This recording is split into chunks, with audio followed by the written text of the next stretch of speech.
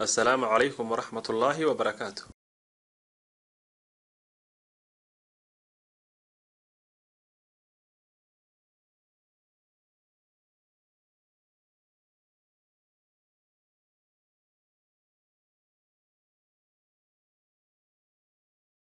geedka la yidhaahdo cirqusus magaciisa kalena uu yahay lifros wuxuu ka mid yahay dhirta dawo ahaan loo qaato waana geed wax badan la tijaabiyey oo dawo ka ah dhammaan xanuunada caloosha oo ugu horeeya xanuunka gaastarigu noocyadiisa kala duwan waana geed dhadhankiisu uu aad u macaan yahay waana geed manaafacaadkiisu aad u badan yahay marka haddaba laga yimaado xanuunada caloosha ee uu daweeyo waxtarkiisa kale waxa ka mid a waxa ku jira geedkan maadooyin badan oo wanaajiya isla markaana ilaaliya caafimaad qabka beerka dhinaca kalena waxa loo adeegsadaa in lagu furo cunto cunista dadka ay cuntadu ka yaraato ee aan cuntada cunin ee abateedku ka xidhan yahay inuu u furo abateedka waxa kaloo lagu daweeyaa hargabka iyo qufaca soo noqnoqda waxaanu qayb weyn ka qaataa habsami u shaqaynta dheefshiidka iyo caafimaad qabkiisaba waxaanu wanaajiyaa marinada dhiigga ee dhammaan qaybaha kala duwan ee jidhka waxaanu xoojiyaa awoodda difaaca ee jidhka waxaanu dawo ka yahay xanuunka romatismka waxaanay dhakhaatiirtu sheegeen in geedkan ay ku jiraan maadooyin badan oo jidhka ka difaaca kansarka